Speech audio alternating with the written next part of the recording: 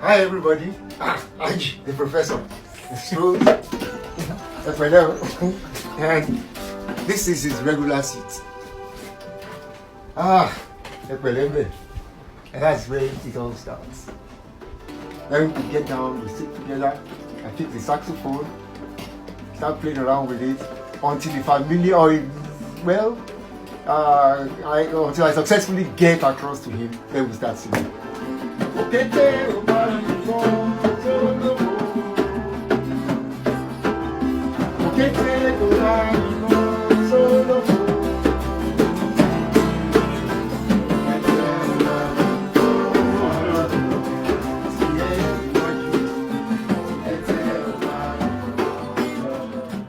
I met Uncle Tunji in the late 60s. We had formed a schoolboy band while I was in primary school. So we always looked around for an avenue, sort of, to be able to showcase what we had. Eventually we discovered Kongi Club. We got there, asked the manager if we could play, even if we had to play, to pay to perform. So he introduced us to Tunji Oyelana, that we could be awarded maybe 5 minutes or so during their break time. And that's how I met him. After the first performance, we were about to leave. I noticed Uncle Tunji, as we call him, approached me to ask if we were coming the following Sunday. I said, did we do so well? He said, please come. He said, he'll encourage us, he'll teach us what we don't know. And I found myself not only playing during the 5 minute breaks, but during Uncle Tunji's programs too. He would ask me to come on and play the guitar, take a solo. Sometimes to me the solos were lousy, but he would clap and encourage. And the crowd always encouraged, probably because I was small and tiny.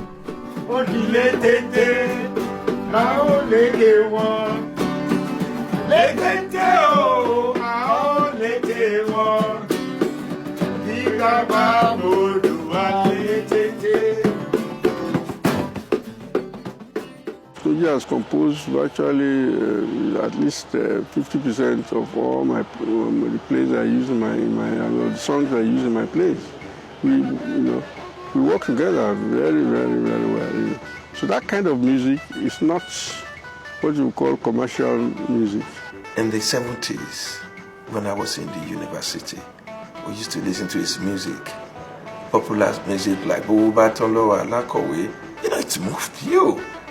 You had to go to Cocodome to spend a lot of money to listen to music and enjoy yourself. And when there's no more money, you resort to Guguru Perere. So Papa is a genius.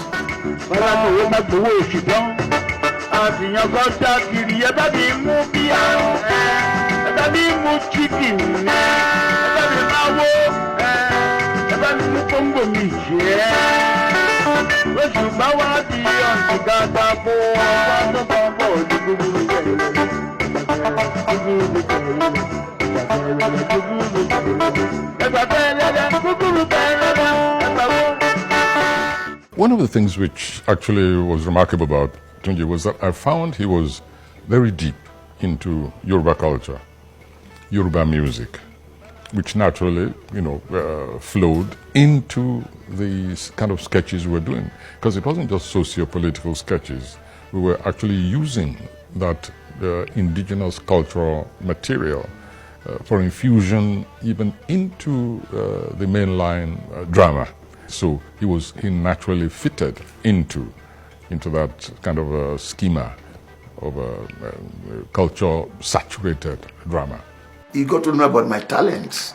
That I could sing, I could play the organ, I could play drums, I could even,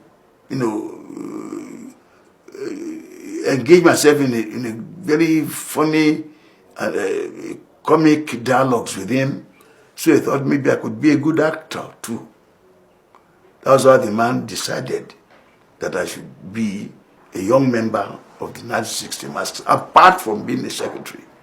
He was giving people like me little roles to play in the productions, in drama productions of the 60 Masks.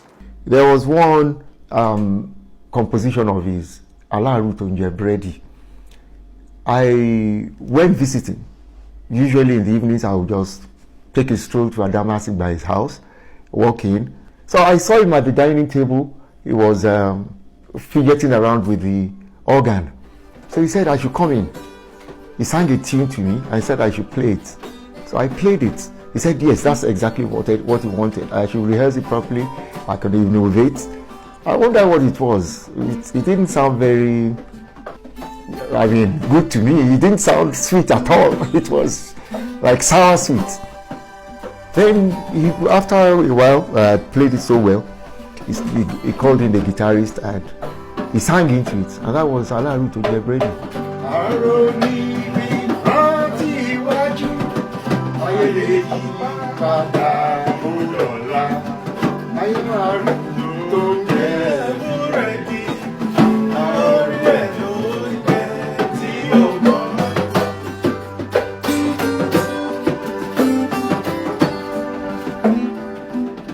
Nigeria is well talented. It's blessed by God in many ways. Talk of people's brains, talk of their energy, talk of their ability to move things. We have them in Nigeria more than enough to run the country well. But somehow, in our political life, wrong people get into the parliament, into the Senate, and so they loot the nation senselessly and without the fear of God. That's a shame. I pray that there'll be a time when the younger Nigerians will know what to do with their country.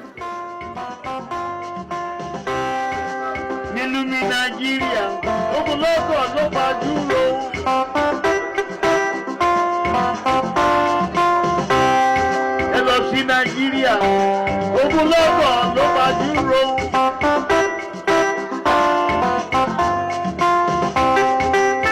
Bó ti lọ yìí, ogun Missouri. Bó ti lọ yìí, ogun Missouri. Agbádùn nílẹ̀ wa rí o, ìyẹn ti di ìjànà àbọ̀bọ̀ bá wọlá Olúwa o. I was fortunate to be one of those who was present when MK was established. That was 2003. And since then, I've been a kind of a permanent fixture in this restaurant. And he has been like a father to me. Personally, he has encouraged me. He's someone that is so warm, and all the qualities that you'll be looking at on TV in Nigeria, everything came out to bear. He doesn't treat me like a worker. I won't say he treats me like a son. Sometimes I would say he treats me like a friend, a colleague or a brother. Because the way he talks to me, you wouldn't expect an adult to talk to you like that. He's a truly Yoruba leader. He believes in our culture, and all can be seen in his character.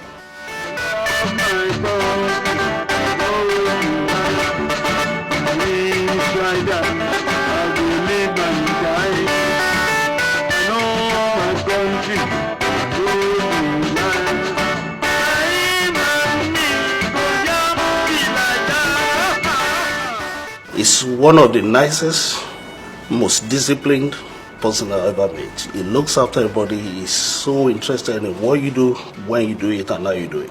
In those days when we used to go to performances, parties, paid for parties, Uncle Tunji would pay everybody at the end of the program, only to discover that he didn't even have enough money left to pay for transport to get back to Ibadan.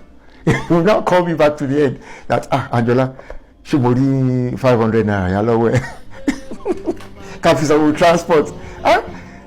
We are carrying all the money, you shared everything out.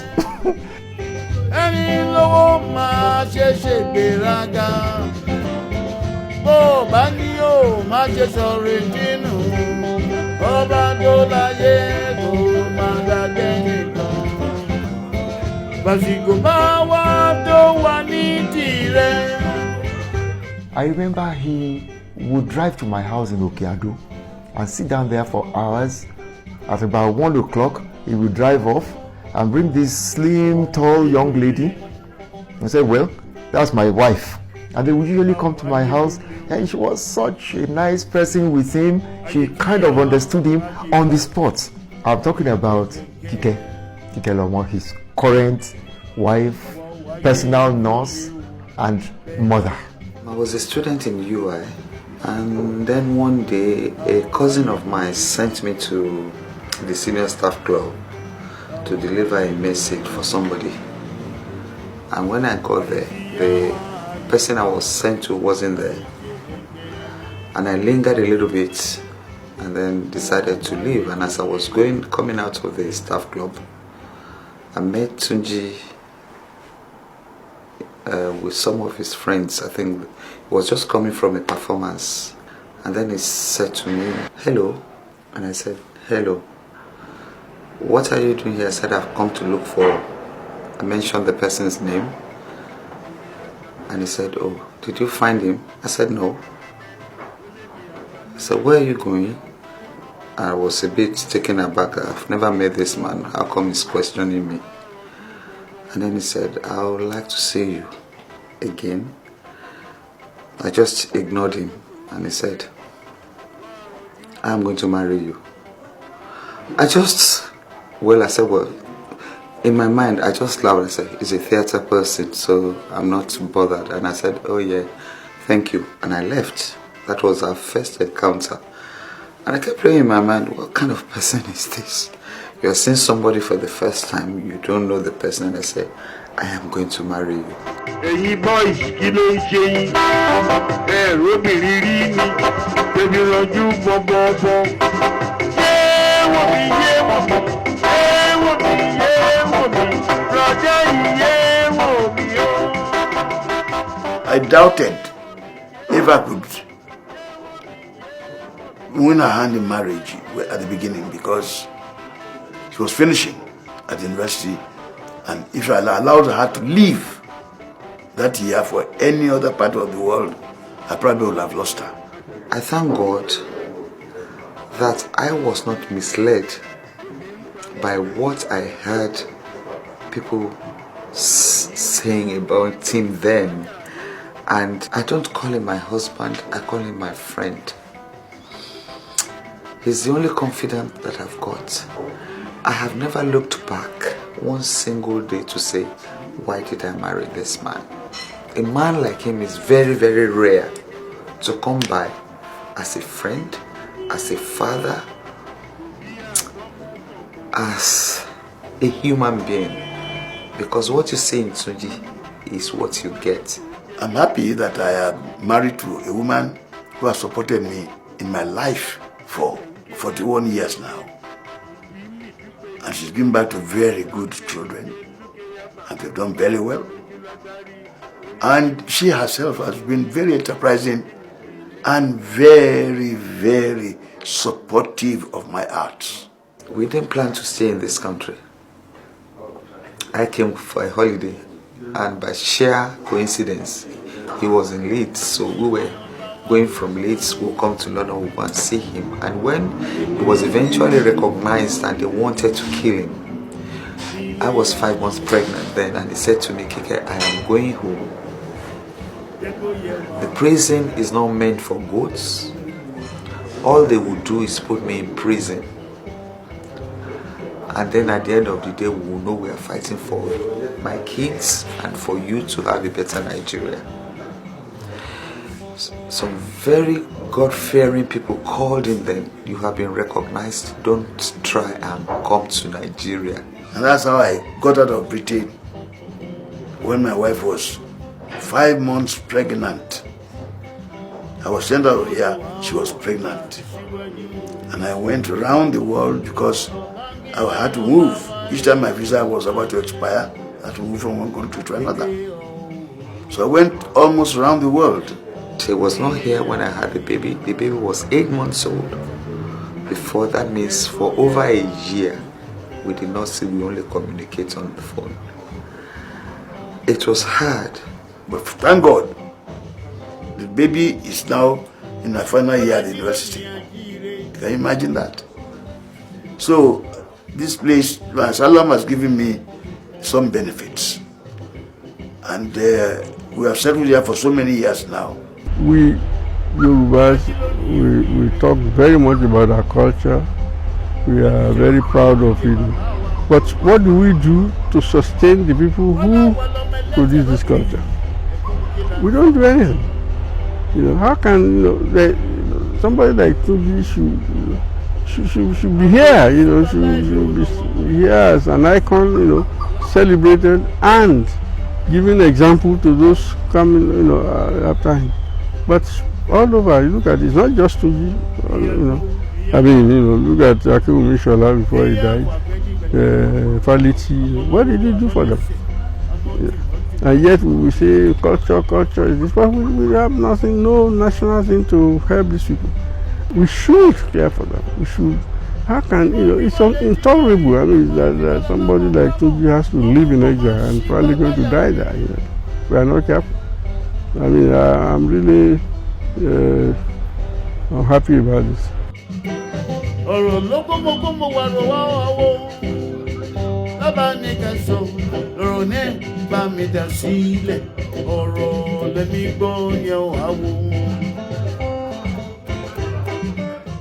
My dad and I were very close. He often calls me Iyaigbenyi and I call him my Junji. That's because I look just like his mom, and since I was little he's called me mommy. One of the biggest lessons I learned from my dad was that there is nothing I can't achieve. If I ever spoke to him about an aspiration or something I wanted to do, he never told me it was too big or too difficult.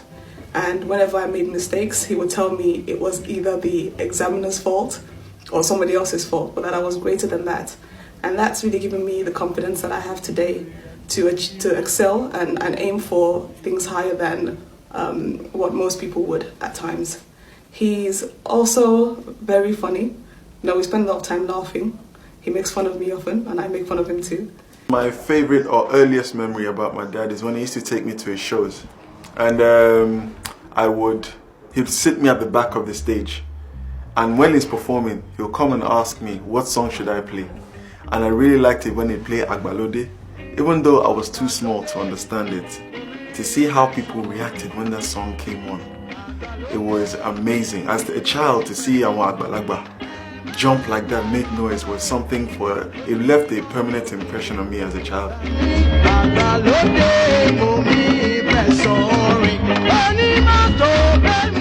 So he's a truly devoted father, and he has dedicated his life to looking after me and the entire family.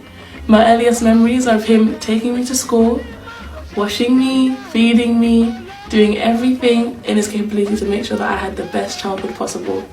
I remember we used to sing nursery rhymes together, and he's the reason that I have such a knack for music. He's wise, he's a good human being, he has a good heart. And yes, he's very witty because he calls me Gorimapa or Fumanchu. But there's one specific trait that endears me a lot to him. It's his sense of family. And you can all see that at home and also at Ebuke. And this is something that inspires me, that I hope to emulate as well. Tunji has been very careless with his health. He would play at his nightclub all night, standing. Haba. No wonder he began to have problems with his legs and in his back. Even those of us who don't undergo that kind of self-torture, we know that the back is the most sensitive. So I would like to wish him a greater and more careful concern for his health. Creativity comes naturally to Tunji. I don't need to wish him anything on that score. No, yeah, that's there, and it's going to be with him until he joins us on the other side. No question. Which, oh yeah, that's another wish. He should take his time and not be in a hurry, even when those of us who are older have already got a long life. I love you, God bless you, happy birthday, and I look forward to being your daughter for the next 30 years, having you carry my children, Roye's children, Okwe's children. The man is a permanent pillar in my life. I can never change.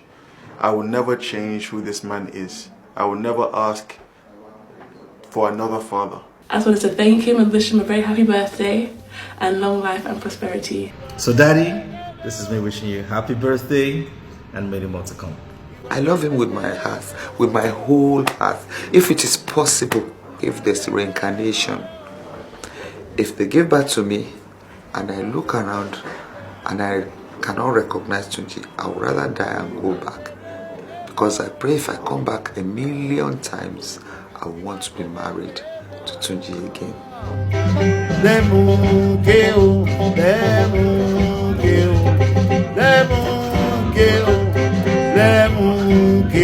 Àwọn olóríire ló ń wọbẹ̀, àwọn tí inú ẹ̀mọ́ ló ń wọbẹ̀, àwọn tó lúwa bùkún ló ń wọbẹ̀, àwọn tó rí ẹ̀kẹ́ ló ń wọbẹ̀.